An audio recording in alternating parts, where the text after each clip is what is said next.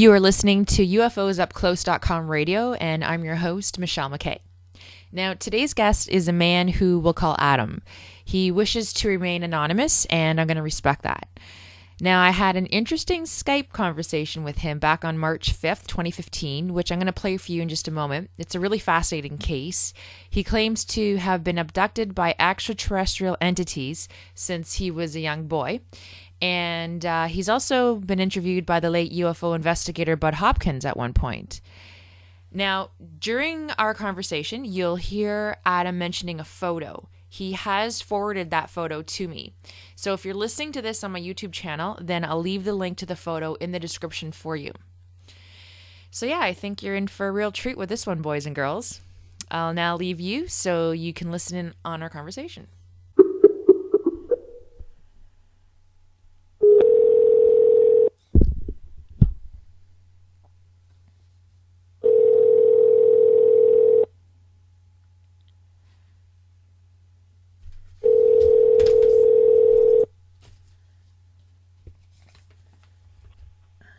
Hello. Oh, hi, Adam. It's Michelle McKay. How are you? Hi. How are you doing? Good, good. I'm doing fine. Good. Now, first, I just want to thank you for allowing me the opportunity to talk with you about your experiences. Yes. I'm glad to do this. I'm happy to talk to you. Good. And now, you met with Budd Hopkins on a few occasions when he was alive, and he conducted a series of interviews with you about your experiences. Is that correct? Yeah. I actually I met Budd Hopkins first in 1994, and I had a total of 4 hypnosis sessions. But we met on a number of different occasions. Actually, it was actually we met over a period of about 10 years. Okay. And I know you mentioned in your emails to me that when you were 18, that you and 2 other friends witnessed an up-close sighting of a craft. Can you tell me a little bit about that? Right. Well, okay, this goes back to the early 80s. I had just graduated high school, and actually it was my friend who had a close-up sighting with his friend. They were fishing in a boat. They were actually camping on a lake overnight. This lake was the lake that my parents lived on, and I wasn't with them when they had the close-up sighting. I did see a craft the morning following their sighting, and the way I experienced this, the way it unfolded for me was, I went to bed at night and I experienced being taken in an altered state of awareness, typical of, the types of encounters that everyone else describes pretty much, being floated up into a craft. I remember, this is the interesting part for me, I remember seeing my friend on the craft. Now this was before he told me he had his sighting. And when I was returned the following morning, I knew they were out of that lake camping in the boat. And I was somewhat of a photographer at the time. So I went out and I snapped a shot of the boat. Now, that following day, he related to me in great detail the close-up sighting he and his friend had. And it was not actually until years later that I saw in the photograph this strange object that appeared above the boat, which I realized, I put it together, that coincided with. That was like within 40 minutes after he saw the craft leaving. Now, I didn't actually go into the details of his sighting. If you want me to do that, I can do that. That's okay, because I know we have a lot of other incidences that you've experienced that I really wanted to get to. So, but it is interesting in the sense that Right. your friends experienced seeing an object, and then that morning you had no idea what was going on with your friends, and you were just taking photographs, and you just happened to have captured one of these objects.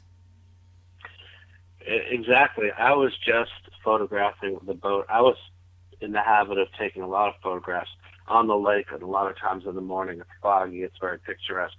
But the encounter he relayed to me was just, I mean, it was undeniable. I mean, he was shaking. I mean, what they saw was, just to give it a brief description, was just this thing approached, and it was the middle of the night, and they woke up inexplicably, and they see an object about 150 to 100 feet over the treetops, glowing. It would move and stop. Every time it would move, it would change colors. It had this peculiar mist around it, and then it was directly over the boat at one point, and it had a light on the bottom of it. He said he felt like this light was watching them. And so the whole encounter was very peculiar, because then he started to hear a buzzing sound in his ear, which is also typical of encounters. And he did not have a memory of being taken. All he did was tell me and his friend saw this craft, and then the next thing they knew, it was dusk. It was almost light, and they woke up in the boat. They had missing time. They freaked out.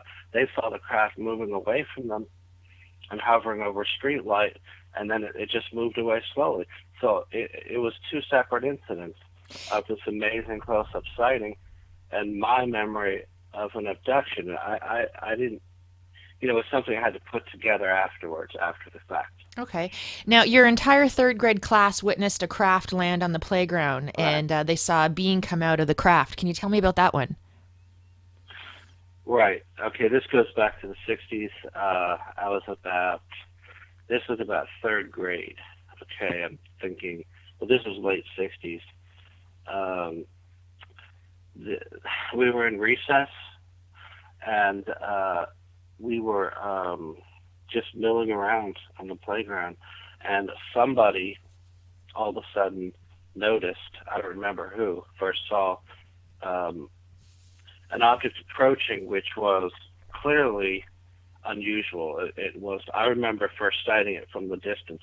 Like if you held your arm out, it would be maybe the size of a matchbox. It was not tiny. By the time I saw it, it was already pretty close. It was metallic looking. It was oval shaped, kind of football shaped. And we just watched it, totally mesmerized. The whole class eventually was like, look at that. And we just, as incredible as it sounds, just watched this thing approach, get closer and closer. And it landed on the playground, which was partially a grassy, hilly area, and partially it had a flat, blacktop area. It actually landed on the grass. And we saw creatures get out of it. There were a couple of creatures, two or three. And then at a certain point, immediately following sighting the creatures, I remember my consciousness being altered so that it became very surreal. That's where it gets more foggy. And then I also have a memory of the craft lifting off and taking off. Now, what did these creatures look like? Do you remember what they looked like? Can you describe them for me so I can picture them in my head? Right. Yeah. They were small. They were, I can't, on this particular memory, get an absolutely clear image in my head as though I'm looking at a photograph, you understand? Like some memories are more clear. This one's a little more foggy, but they were about 4.5 feet tall, and they were pale.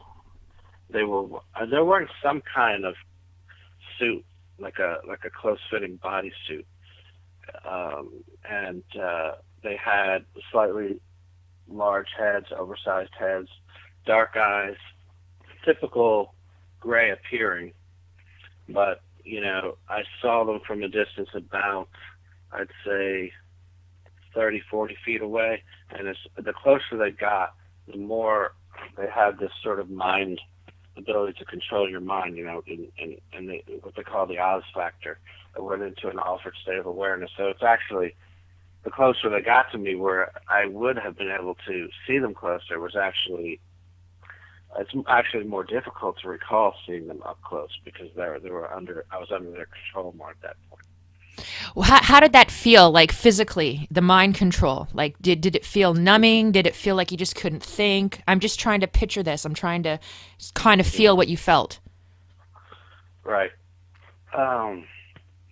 Yeah, it's very difficult to relate that. It's very strange.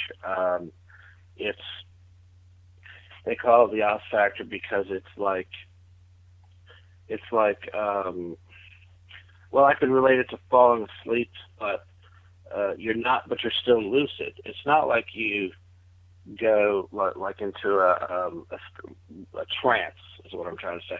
You're still lucid and aware, but it's almost like, well, you can sense their presence, like you have a mental connection with them, and you can hear them imposing their will on you. Like you can just feel their presence, and all of a sudden you feel restricted, like you're not free to have your own thoughts.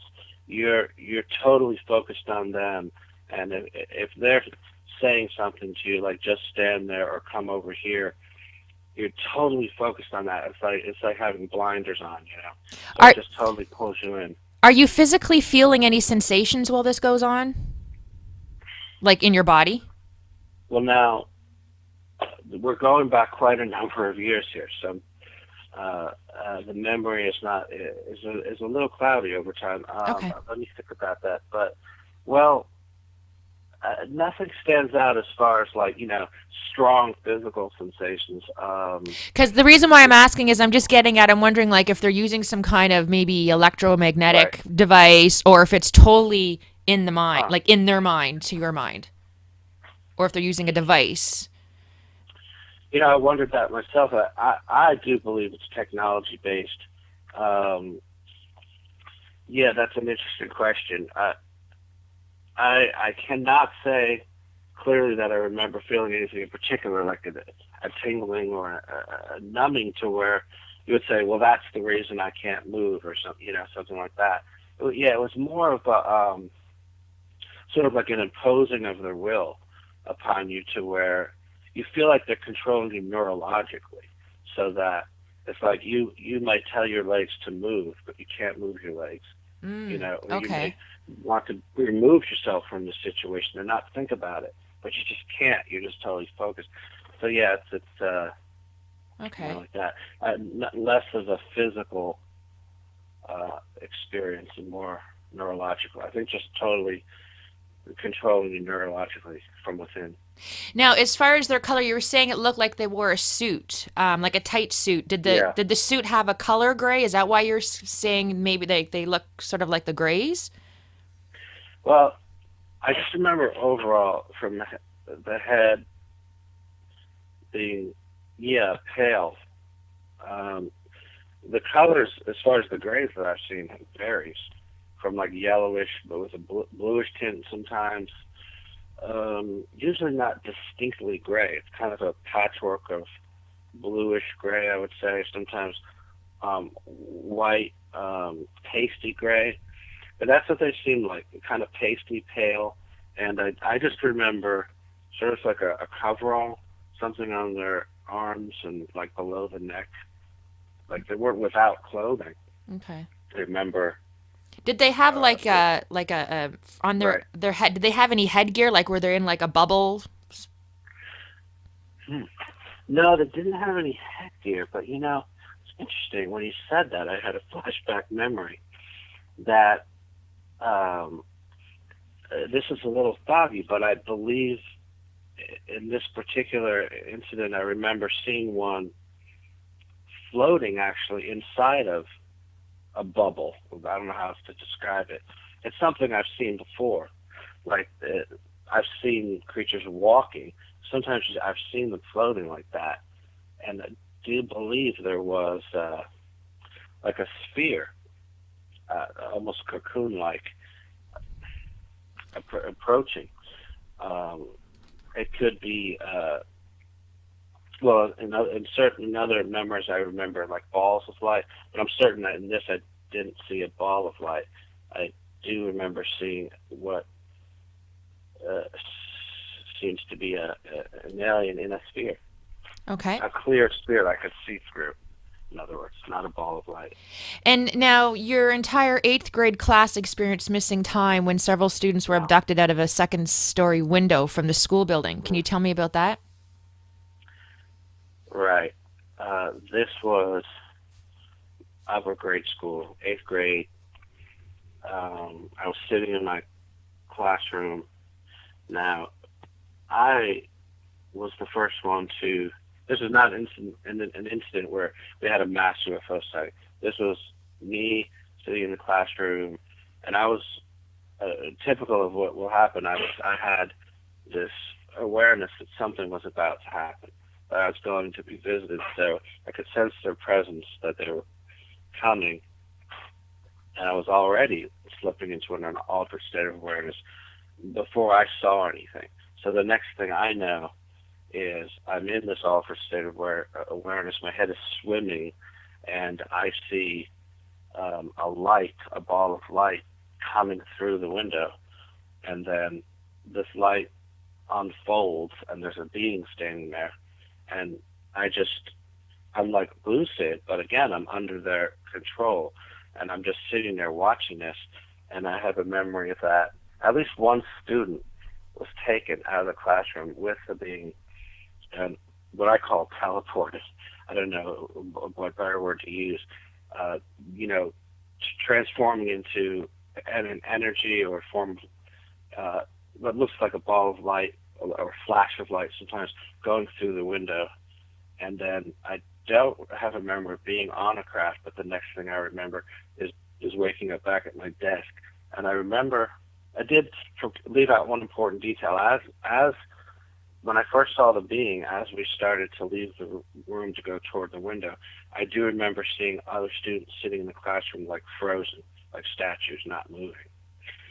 Skip ahead, I'm returned, and that's the next thing I remember. Now that's when everyone noticed the missing time, because it was like we were all sleeping at our desks. We weren't sleeping, but I remember being like hunched over and like coming to, and then a teacher knocks on the door, and he's like banging on the door, and he's all freaked out. He's like, "Whoa, what time do you have? What time do you have?" I just remember everyone checking their watches, and they were like, "It's like an hour and a half later than it should be." It was like checking our clock and trying to see if the wall clock synced with his watch. And then he was saying, "But it's not just in your classroom. Everyone on the whole floor." He said, "All the clocks must be wrong because everybody is running like an hour and a half late. Like everyone noticed the skip in time, the whole floor." So even teachers. So you even have teachers on that floor that experienced the missing time.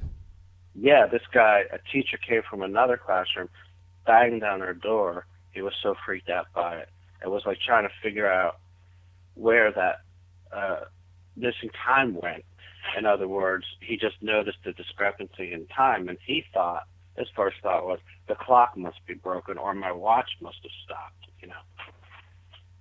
But everybody was aware of the missing time, which is very unusual in my experiences. Usually me or a limited couple of people will be aware of it. I mean, I've had missing time experiences, which are striking because people will go looking for me and they'll say, "Where were you?" I'll come back and I'll be like, "What are you talking about?" So it's not that I'm even aware of it until they tell me I was missing. In this instance, we're aware of it because we were in school, and of course school runs on a schedule. You lose an hour to an hour and a half of time in school as you notice it, because you've got to run on schedule. Going by the clocks. Wow. Now, for the light, you said the light that came in through the window. What color was the light, and could you approximate how the size of it, like bigger than a basketball? It was whitish, yellowish, and it was about, I would say, a little larger than a basketball, maybe like a beach ball, somewhere between the two. It wasn't real large. I also have a memory. There was a craft, but the craft wasn't visible right then. I only had that memory of, after going through the window, floating upward and seeing the school below and seeing the craft above. Now, was there any sound associated with this sphere that came through the window? I don't remember any sound associated with it. And the creature or being that you said came out of the sphere, can you explain what that looked like? Well, okay, that wasn't so much that it came out of it. It was that the sphere transformed into this being. And that's something I've seen before. The ball of light is the first thing I saw, and moving. And here's another interesting thing. When I saw it, I knew what that was because it had sort of a psychic connection with it. I knew somehow there was a being associated with that. Inside that light, or that light was the being. And I think this is one of the things I talked about with Budd Hopkins. He did confirm that to me, in fact, when I talked to him in the 90s. He said that was a fact he deliberately left out of books at the time because he liked to leave back a lot of facts to check things. I told him I saw beings turn into balls of light, and I saw balls of light transform into beings. He said that it hadn't been published anywhere. Right. Now, you said you floated out the window, or it took you out the window, and you were above the school building into the craft?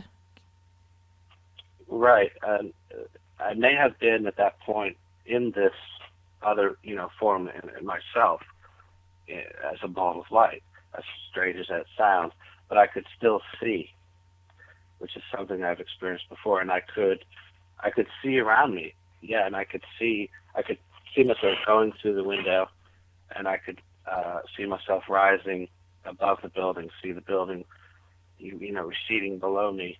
And I do remember seeing a craft above. It must have been not too far above the school. Which is actually, it makes sense because the way the school is situated, it was surrounded by a lot of forested areas, and it wouldn't have been immediately visible from any road or anything like that. Mm. It could have hovered relatively low over the school without being seen. And in one of your emails to me, you also mentioned that Budd Hopkins told you that you were one of the first cases where an abductee was co-opted to assist in the taking of other abductees. How were you assisting? Right. Well, this goes back to the 60s, early childhood. It was really them using me to help act as an intermediary in taking other people out. The best way I would say is my earliest memories of it had to do with, first, I have memories of being taken. Then I remember walking into my brother's room, and he would wake up. I had, 3 brothers, 2 sisters, so I have a large family. And I had memories of all of them being taken, and the being would come to me first, and then we'd walk over to where my brother or sister were sleeping, typically, and then they would wake up, see the being, and the being might say something like, calm him, he's afraid, calm him, tell him everything's okay.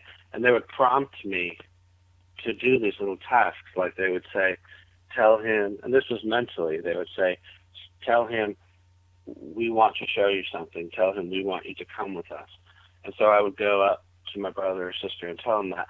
So as I got older, that just sort of extended and it turned into them using me the same way as an intermediary to approach other people in the neighborhood, as crazy as it sounds. Yeah, so it was like I became like an intermediary. A lot of times I was the first person they saw when they would wake up. Of course, not waking up fully consciously. They're actually, still in an altered state of awareness, but lucid. So wow. It's like you're acting. Yeah, it's very strange, and it's something that I talked to John Maca with actually, because I had the opportunity to be interviewed by him briefly once, and I said I feel very bad about this. I feel awful enough.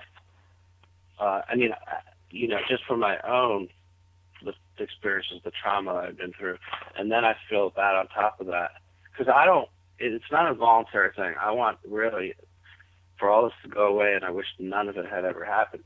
And then I'm aware of looking back on it, helping, assisting. Really, it doesn't sit well with me. But I was aware of it at the time, but because of the nature of the experiences, and that from the time you're a little kid, they groom you like we're your friends, and you love them, and you feel like you would do anything for them. They're like your mother and father. I have memories of thinking, "Take me with you. I want to go with you," and so you would do anything. So you're not really aware of what you're doing. I think it's a total manipulation. Wow.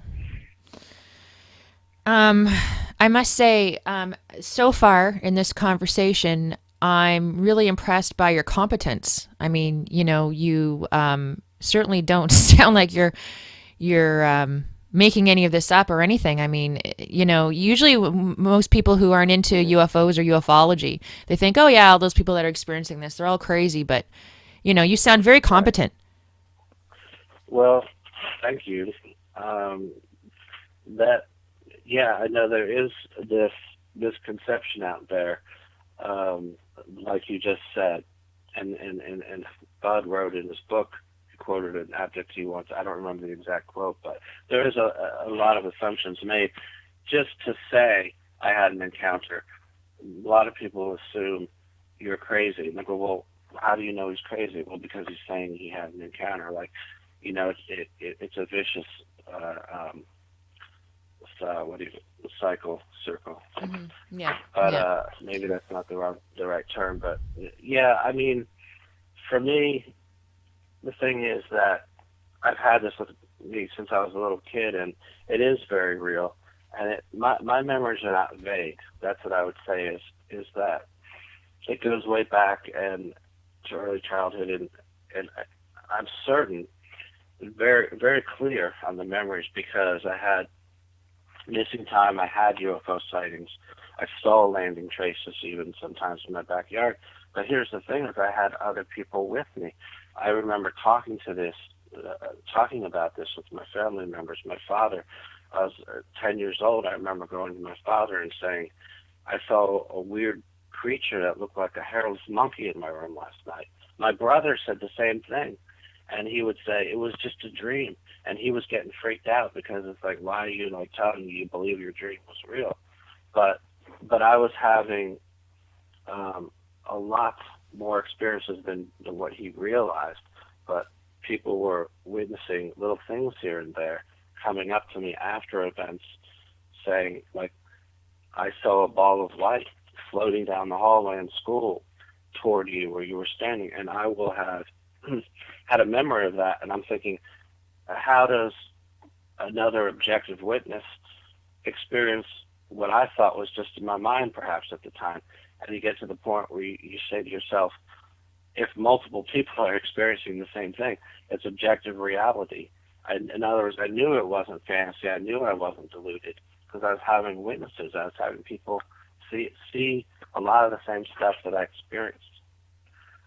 Wow. Just wow. Oh my gosh. Now, you mentioned, that you saw beings in your house on a few occasions. Oh, I did. Yeah, a number of occasions. My sister and me, this goes back to probably, I think this was like late 60s, early 70s. I was about 12, she would have been 8. We saw blue men running through the house. We were totally awake. It was the middle of the day. Just the weirdest thing. I haven't seen them since. It was only a one-time thing. I saw these blue men, figures that just kind of looked like they were made of light. It's hard to describe it. They're all blue, kind of like the Blue Man Group, except they didn't look physically solid necessarily. They looked kind of like they were made of light. But they were running up and down the steps. We were chasing them through the house. And we saw them, absolutely. And there are other occasions where I saw beings. Did they look like people, these blue men? They had the form of they looked like people, but I didn't see a face. It just saw the blue. And were they running away from you, or were they playing games with you? Like, what were they doing? It was like they were playing games, exactly, yeah. It was like they were toying with us because they would run in the room and let us see them.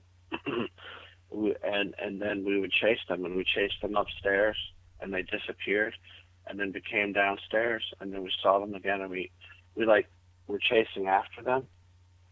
So it was this kind of like a catch us if you can type of thing. Wow, that's so random and just so weird compared to everything else that you experienced, like to all of a sudden have this happen. Well, Like, yeah, some of it is like that. It doesn't seem to quite fit. But I will say, since you asked about the beings, there were a couple of occasions where, well, I would like to relate this because this was particularly interesting. I was about 6 or 7 years old, and I I woke up in the middle of the night. Now, I wasn't in an altered state of awareness. I was totally awake, and I was, again, I had this premonition. I knew they were coming. I knew I was about to be visited. So on this particular night, for whatever reason, I was nervous. I didn't want to have any part of it, and I got spooked. I was scared. I ran into my parents' bedroom, and I woke them up. And I said, "They're coming." I said, "They're coming. The little men are coming." And they're like, "What are you talking about? Go back to your room. You're dreaming." And they were just laying there half out of it, all groggy. They fell back to sleep. As soon as they went back to sleep, 2 or 3 little grays walked in the room, into my parents' room, and I was on the bed between them, just laying there, hoping they would just think I was out and that they would just leave. But I saw them walk in the room, and I was awake. what did they And do? granted, I was a little kid, but What did they do? Did they do anything to your parents? no.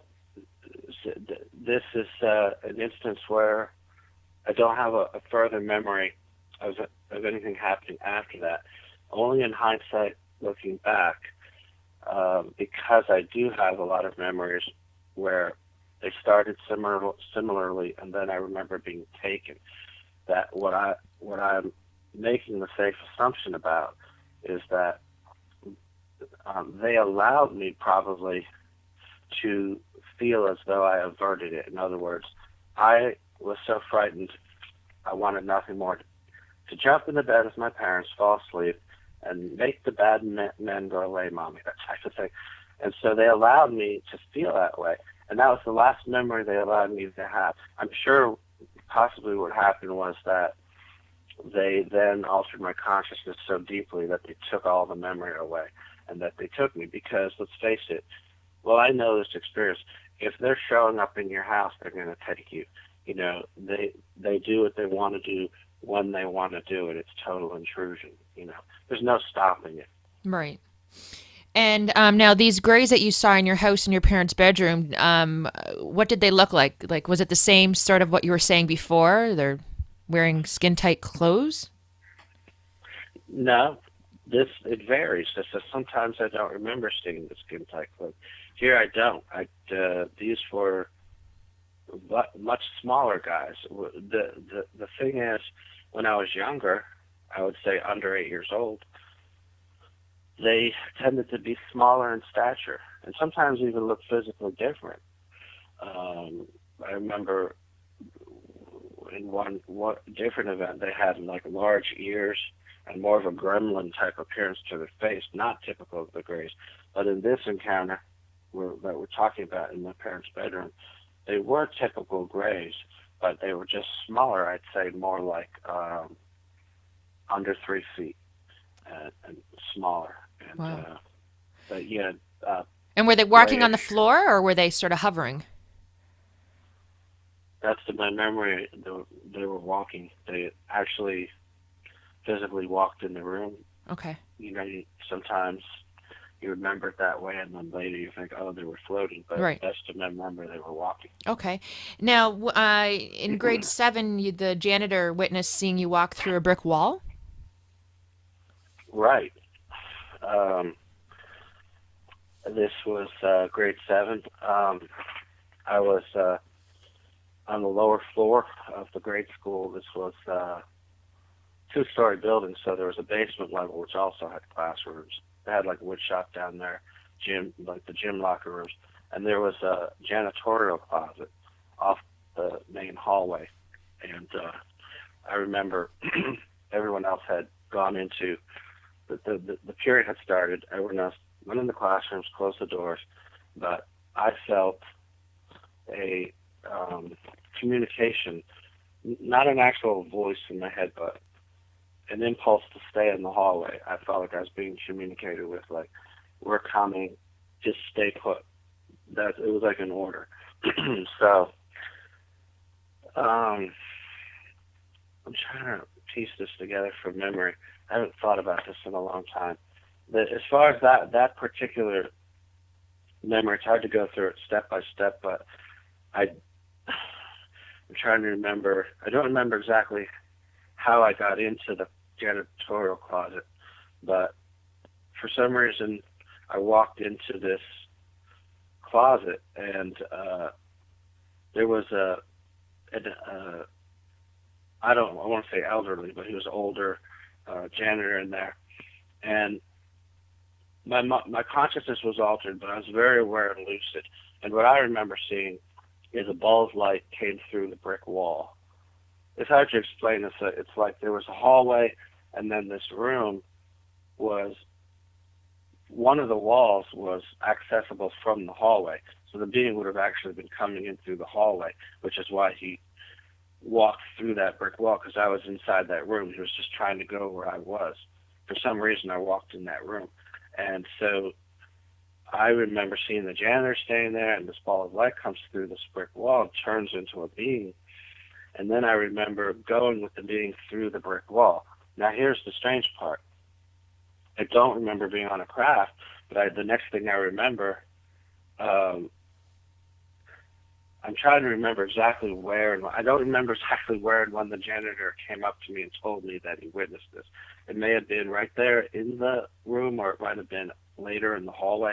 But afterwards, the janitor, cleared memory, came up to me, was very frightened, totally freaked out.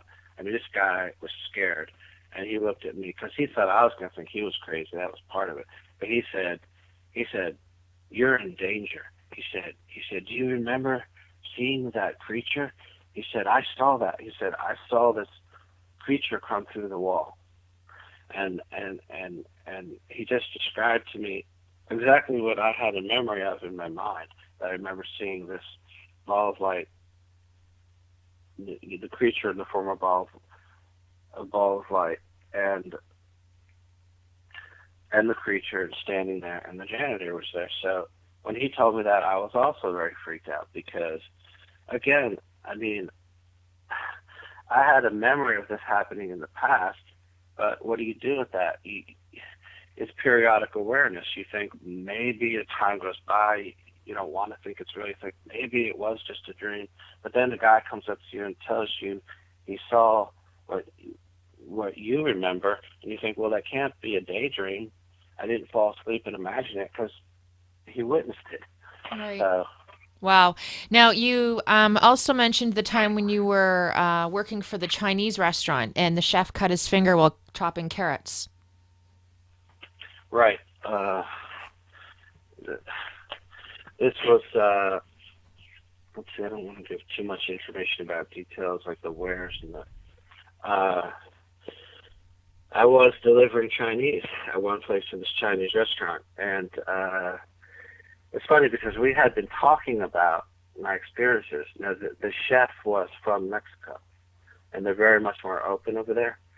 So he was open to talking about these kind of things. So I came in one day, just straight up, this is what happened. I went up to him and I said, last night I had this really strange dream. I called it a dream because I didn't want to upset him, but I suspected it wasn't just a dream. I said, I saw you in my dream, and you were cutting carrots. And he looked like he saw a ghost. And he put the knife down and he said, that's really weird. He used to call me Antonio Banderas. It was like my nickname. He'd go, that's really weird, Antonio. And he said, I had a dream last night that I was cutting carrots, and I saw you. And then chills went up my spine. He saw me in this dream. And then I said, I saw you cut your finger. And then he looked at me again like he went pale. He said, I woke up in the middle of the night. There was blood all over my bed. He said, my finger was cut. I thought they had, like, so someone had cut my finger off. He said, I panicked, I was crawling around on the floor looking for a piece of my finger. And so, I mean, both of us knew what had happened, that this was a real encounter, because we had previously talked about that I had encounters and that he was aware that this stuff was real. Was his finger actually cut in real life? His finger was actually cut deeply, and he had a bandage on it. Yeah, and we didn't know when we started relaying what we, quote unquote, the dream that we had, that the other person was going to say the same thing. Does he remember cutting his finger, like in real No. life, outside of the dream state? No? He does not. He went to bed, and this is what he told me. He went to bed, he said he hadn't cut his finger. He couldn't explain how his finger got cut while he was sleeping. And he just woke up in the middle of the night and saw the blood all over the sheets, and then realized there was a gash in his finger. And I was thinking about that, how something that could happen, and I think maybe it's possible that they had temporarily closed it. They have the technology to fuse a wound after they make an incision. Sometimes they take a skin sample. Who knows what they're doing, but it's possible that they had just popped open, because this was a big guy, and maybe he rolled over in bed and was rolled over on his hand or something. It's possible he split the wound open, but the wound was not previously existing when he went to sleep that night. And it was totally mysterious to him how this happened, now, other than our experience, our memory. Now, at any point, or can you detail for me, as best to your recollection, what the inside of any of these crafts look like? Yeah, I do have a number of memories that are quite clear, quite a bit vivid, actually. Because that's really interesting, is what does it look like inside one of these crafts? Mm-hmm. Well, and this is totally going off my own memory, because I don't like to, I try to avoid falling back on things I've heard other people say. But the thing is, I have heard other people say similar things, but I'm just saying this is totally going off my own memory. Okay. I usually don't see a hallway, but I have. Sometimes I usually don't even see how I get in, but on a few occasions I remember teleporting through the bottom of the craft, not a door opening up, just again going through the solid bottom of it, like on Star Trek, almost just teleporting up. And sometimes I was led down a hallway, and it was a curved hallway, and then I would be led into this room. And I remember, I'm going to try to just stick with this one particular memory. There was a soft light, like it seemed like the walls were glowing, and it was like being in a big pop tent. I remember as a kid, in grade school, they used to bring, because the Vietnam War was going on, they used to bring these parachutes in, and we'd lift them up over our head and then let them fall down. And it would create this big dome over us, and it was really cool. Now, that's what it felt like. I was like in a dome. It was like a relatively low-set dome, a low ceiling, and it was like the walls were glowing. I could see arches in the walls. This is something I've seen a number of times. These arches or ribs in the wall, and there wasn't much in the room, but there'd be always a table in the middle, more or less in the middle of the room. And I remember that there would be various types of, I don't know how else to describe it, medical equipment, instruments that they would not physically pull out of the wall, but things would, all of a sudden, the wall would morph and something would come out of the wall, like some kind of panel or instrument would come out of the wall and like hover over the table. I mean, I could go on. I mean, that's just one particular memory, but I'm trying to think of other memories of you asking about, the interior. It was pretty consistent. Well, when I was younger, I have a memory where it was a little different, where I remember seeing on the floor was like a grating. You could see through it. A grating? Yeah, like in New York City, they have these like waffle style, like a grating. Right. You could see through a metal grating. And Like you walk across in major cities sometimes on the ground, on the sidewalks or right, the roads or whatever. Okay, I know what you're talking about. Yeah. and then it lets the steam up from the subway or something like in New York. But in this Yeah. case, it was like maybe a foot beneath, or I could see there was something under there. I wasn't sure what it was. It was lit up a little bit though, like so there was a glow coming up through the floor. And I remember sitting on the floor, and they would give me toys to play with, and there were some other little kids on there. And this was a really small craft. I guess that's another good point to make. That sometimes they were really small, the interiors. I would say the interior of this was about 8 to 10 feet wide. That first one I was describing, where the walls were glowing, that was much wider, more like 25 to 30 feet, maybe 25 feet wide. And this one was not as brightly lit and a more confined space. So, but yeah, just remarkably real, like not science fiction-y like you see in the movies. Yeah, I tend to overdo things. I was just gonna ask. It almost sounds like it wasn't like something you'd see in Star Trek. Was it more like a clinical sort of looking, like you're in a clinic of some sort, or were you seeing like dials Usually, and stuff like inside the Enterprise or something, from Star Trek? yeah, you know what? No, it wasn't like Star Trek like that. It wasn't like panels and switches and dials. It was clinical. It was very much like uh, an operating room where it feels sanitary and sparse. It was sparse, and there was just a table. And like I said, it was weird because I remember laying on the table, and this thing comes out of the wall. It almost looks like the thing you see in the dentist, this big round light, and it had what looked like an eye in the middle of it, and it was like scanning me. But it came out of the wall, and then it would disappear.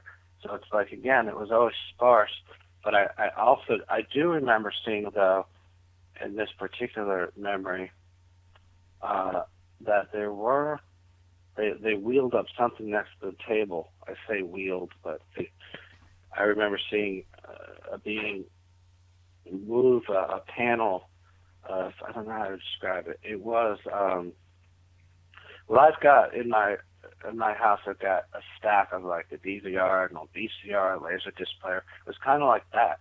It was these weird looking boxes stacked, and it did have little lights. It looked like little LED lights on it. But that's a unique memory. I usually didn't see stuff like that. But in that particular memory, I did actually see this like technology, interesting with its lights on. Wow, my gosh. I know it's overwhelming. You haven't talked about this stuff in a while at length, and it's just so. Why do you think these beings are abducting people like this? What do you think their goal is?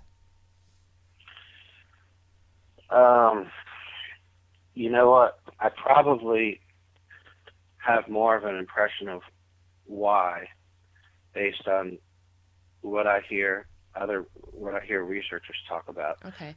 But yourself, from being there and your experiences, what kind of impression did you get as to why? Just from what? Well, yeah. I mean, if I'm just going on my memories. Yeah, just your memories. What I can put together from what they were doing was, I can't put together a lot, but I do remember. I know that there's a genetic component to it because just based on my experience, I consistently had skin samples taken, scrapes, cuts. I've had implants. I actually had an implant fall out of my nose once, so it was physical. There's like a monitoring of me physically.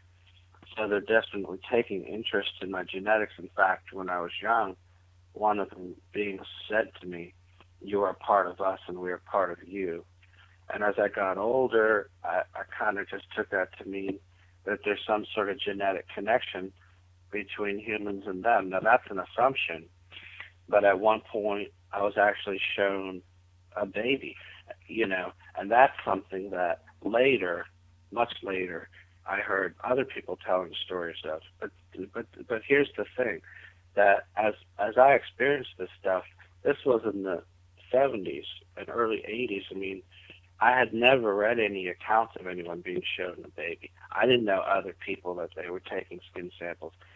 They took sperm samples from me. So there's this reproductive interest. But I didn't know that. I was just experiencing it, So Now based on what I experienced. we have about 3 minutes left, and I know from your emails. I'll just say quickly for the listeners what Adam's talking about. You were shown a baby and told you were the father of it, right? Yes. Okay. Just so they know what you're talking about there. Now, one other question too, just before we go. When was the last time you had an encounter that you remember? Like, is it still going on? It is still going on, and I've been having. There's been a shift lately where I feel like what's going on now is they're not always physically taking me. That I'm having really strange encounters, which are similar to what I've had in the past, where they would have conversations with me as if they're searching for information or putting information into me in my mind. I have had experiences recently where I'll wake up, I'll have a cut. I mean, we're talking about within the last 6 months, but it's more of a typical ongoing way. And this isn't just something that I've been saying. This has come out that they seem to be sometimes not physically taking you onto a craft, but projecting themselves into your dream, which sounds really crazy. But they have the ability to do that. That they can appear in your dream, and you can think you're dreaming, but then it has a particular feel to it, a certain series of typical things they do. They'll put me through, I don't know, it's almost like they're testing me, like I'm in a labyrinth of hallways. I'll be lost in these hallways. I'll come to the end of a door, and it's just like on the craft. At the end, they'll say, go through this door, stand on that spot. That's the same sorts of things as on a craft, but I don't think I'm always being physically taken anymore. And that's just, some of that's a matter of interpretation, but definitely having ongoing experiences, though, definitely. And all of your experiences have occurred in the southeastern United States? Well, primarily, yeah, but I lived in Los Angeles for 6 months, and I had experiences out there. And when I visited relatives in Ohio, I had experiences there. I was at a UFO conference, and I was abducted from a UFO conference in Florida. So as I'd move around, it would follow me. But yeah, in New Jersey, where I grew up, and then on the southeastern United States. And one more quick question before I let you go. Do you believe that when people are reporting ghosts, that they could very well be reporting alien visitations? Yes, I believe that ghosts. Now, if they're talking about ghosts, describing them as balls of light, because I know aliens can appear as balls of light, I'm saying there's a reasonable assumption there. Now, I'm not closed-minded to ghosts. I believe it's possible there's an afterlife. I believe that, and there may be ghosts. So you may have a mixture of experiences going on, but there are strong similarities between what people described. Because, in fact, my uncle, when I was staying at his house, said he saw a ball of light. He woke up in the middle of the night, to make a long story short, come in his room. He felt very peaceful. He felt like he was communicating with this ball of light. He felt like it had a feminine essence to it. And I told him years later, I said, I was sleeping in your house that night, and I have a memory of seeing that ball of light go down the hallway and go in your room, and I have a memory of him being taken. That he seemed it was almost sad because he believed that he was in communication with this woman who he believed had died that had used to live in the house. And I felt like I was imposing some idea on him, which I didn't want to do, but I was just being honest that my memory of an abduction event coincided with his memory of seeing what he thought was a ghost. Okay. So it does happen, but it could be two separate things to take place. I don't know. Okay. Well, Adam, I want to thank you very, very much for spending this time with me and letting me talk to you about this. Well, it was my pleasure. I enjoyed it. Yeah, and we'll keep in touch. Thank you very much. You're welcome. It was You nice have to talk to you. nice talking to you too. Have an awesome day. You too. Goodbye. Okay, bye-bye.